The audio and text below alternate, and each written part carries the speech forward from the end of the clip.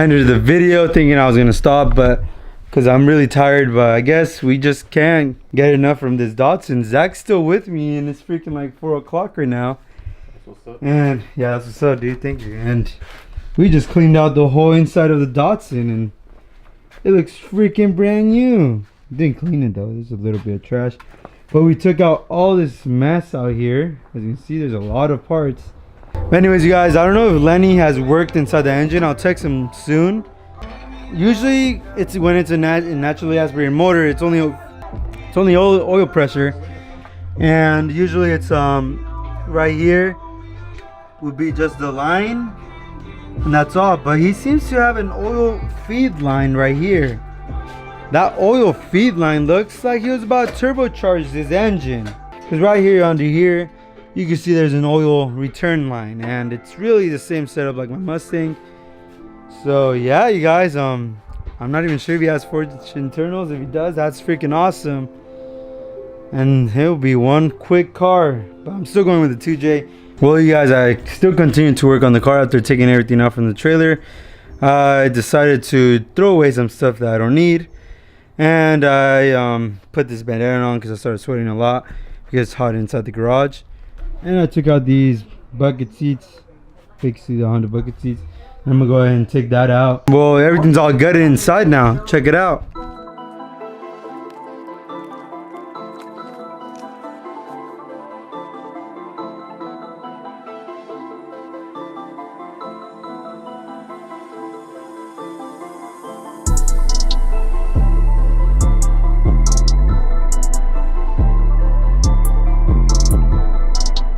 As you can see, the dash is now completely off. The reason I took out the dash is because I will have to cut all around that area right here and the tunnel for the transmission, because the 2JZ will need probably 2 more cylinders going in, or I'll try and make it fit around here, but I think I'm gonna have to push that more inside.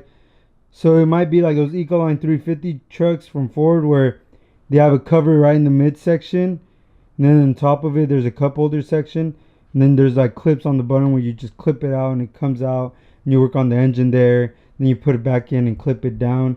That's how I'm pretty much thinking how I'm gonna do the engine bay situation. I have to work on something behind it, which is even better because now I could work in the tranny area as well, so it'll help a lot. What's up, you guys? JF Boosted, and today I'm gonna be working on the Datsun over here, part 2. Yes, I already did the whole interior, gutted it out, and now I'm gonna be working on the engine. So I'm currently working on the engine. Before I remove the transmission, the engine block, I'm removing the harness. As you can see right here, I am removing the harness. I already did a little bit of work like all around here, and the, you know, the coil pack over there, and I kind of just pushed it in there. But now I just gotta remove the alternator wiring and the starter wiring, and that should be set. After that, I got a lot of stuff in here that I have to remove, like in here, and the ECU box right here on the side. I removed one, but I still got one more to go. So after I do all that, then I'm starting unbolting the starter, taking out the tranny, the torque converter, and the flywheel to, you know, reduce the weight of the inline 4. Then I'll be removing this inline 4, take it out, but first I gotta remove the cross member. Gotta remove that. Then once I remove that, then I should be removing the coilovers, the whole front end, cut it all off, and then do a tubular front end. Me and Derek over here, you know, he just came back to help me out with this car with his phone.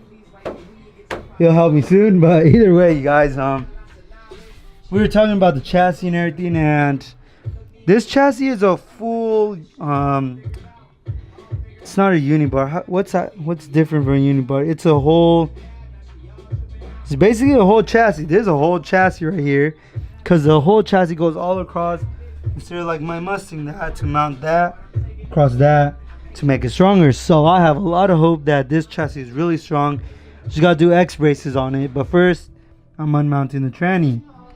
I'm almost there, you guys. I just gotta do 2 more bolts and this tranny should go down, but I gotta remove the drive shaft on the rear. After that, then I'm gonna get a tranny and pull it down. I might get 2 for one in front and one on the rear. That way I do not smack the oil pan in the middle, and that's the best way I could think of. After that, I should take out the tranny, be good, and it should be ready to take that engine out. Sounds pretty easy than done, but I'm almost there. Well, you guys, I finally removed the drive shaft here. Now I should be ready to remove the transmission. And I already loosened the bolt, so it's just a cross member and should be out. We're about to drop the transmission. As you can see right here, it's ready. I just unbolted it now, so it should be easy to take it down right now. So I will be doing that right about now. Well, you guys, with a great amount of effort, I finally dropped it into the freaking floor. Literally dropped it. No worries though, the oil pan did not get bashed, so that's a good thing about it. But it did get a little nicked in the front because Derek was hammering it last time because I told him to do so with the sledge, with that there, right there. Let me zoom it in. And he nicked it right there, so it leaks a little oil, so you want to probably reseal it. But then again, who wants an automatic transmission? Now you guys, everything fell down pretty good. Now this is loose.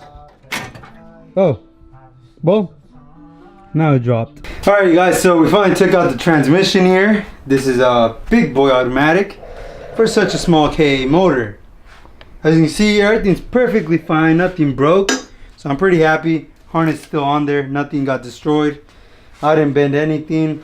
The only part that really got messed up is underneath here. The little lip where the oil pan is around here kind of bent open a little. It's pretty simple though, just bend it back closed and you should be good, or freaking do a haggard job. I don't know, whatever you guys want to do. But it's an automatic, so you know, you gotta put your mind into it if you really want to live that lifestyle. But now I guess I gotta get the engine hoist and take out the engine. And I just looked up online to get myself a freaking U-weld full roll cage, and it's gonna cost me around it's gonna cost me $1,000 actually, $1,018 for full roll cage, man.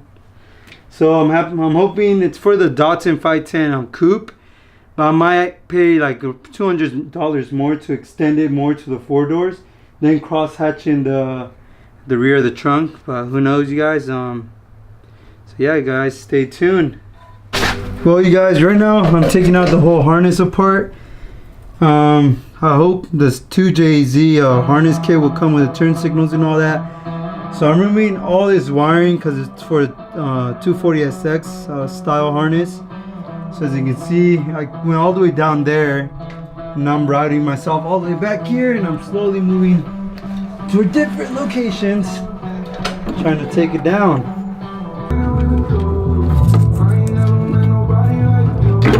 Okay, it's out of there. It's out of there.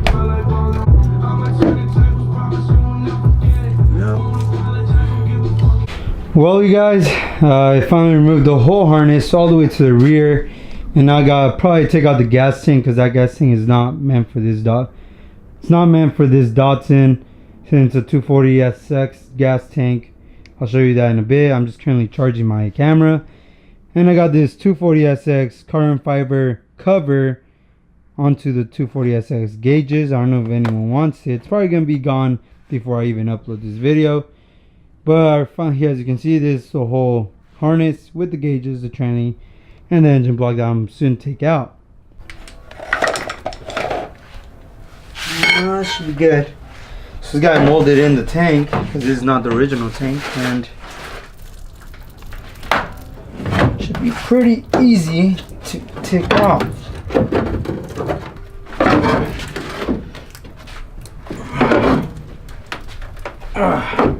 To make life more simple, I get a blade. This right here is your friend. So right here, there you go. Once that's good, it should come out easy as hell, but so seem to have a problem. Well you guys, I just hella manhandled this out of here. This thing is out. It had a lot of metal tap screws. Derek helped me locate him. I took him out.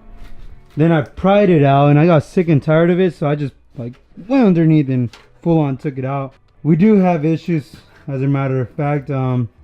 Not major ones. It's fixable.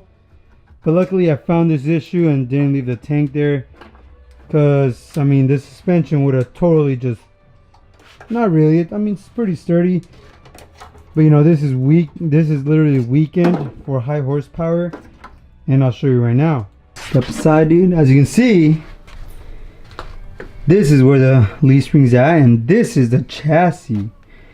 This is supposed to look like a square, like that. Tick, tick, tick, tick, tick, tick. Right here too, square. But you cut it, and you cut that as well. And it's not the best thing to do, but I understand that he wanted to go with a aftermarket tank, and it was in a budget build, I guess. And he went through the chassis, so no problem. I just gotta get I don't know if I should get a 1/4 inch, just to might as well make it a very strong chassis. Just get a 1/4 inch. What I'm gonna do is sand all this down, make an L shape like this, and weld it on here, and get this welded up here as well as the other side. I might cut that too and patch it with metal as well, because it looks like that just penetrated in there. And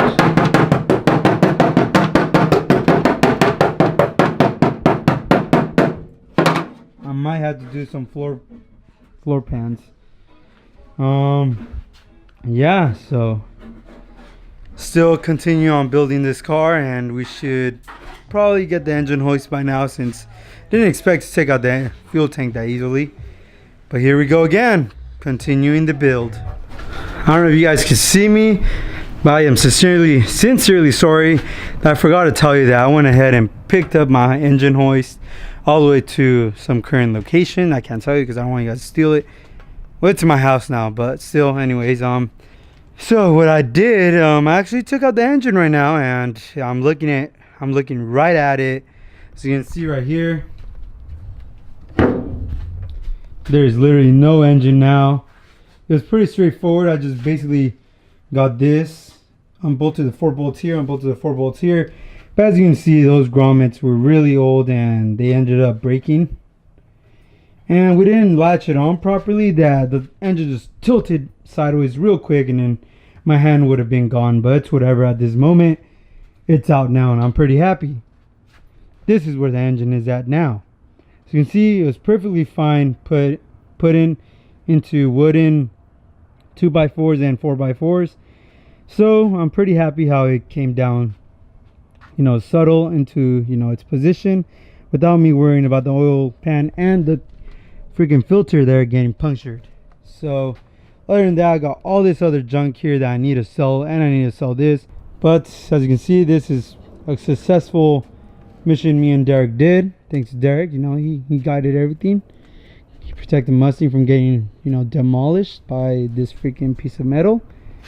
And now I could go ahead and work on this rusty area and this freaking radiator support that's all rusted as well. So there's still a lot of work to do, but I feel pretty successful as a 3rd day build so far. What's up, you guys? It's day 4, and I'm pretty exhausted after doing a lot of work in the car, but I will continue on working on the car, and it's just little stuff. I might take out like the brake system and the pedal setup, because I am going to throw it all out and go with the floor mounted pedal system, which it is a Willwood style. And probably look online to see what kind of fuel tanks I could buy and just put it on, or any fuel systems fuel tanks that I could purchase that would be compatible with the 2JZ engine. So yeah, you guys stay tuned, and I hope this video comes out great. So I just removed the master cylinder and all that type of junk down there, you know, the freaking brake lines, and then the proportioning valve. So yeah, I removed that, and I'm gonna go ahead and remove the pedal system now.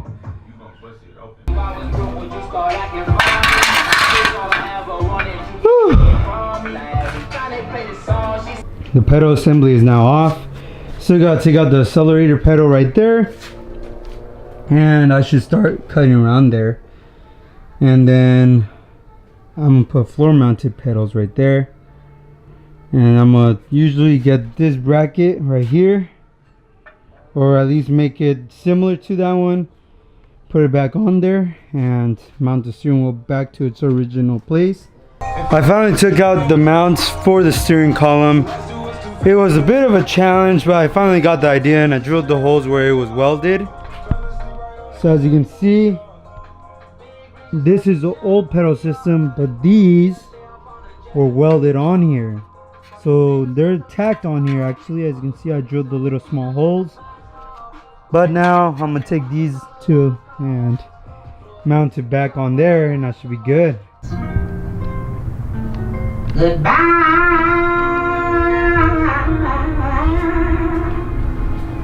Let our hearts call it a day.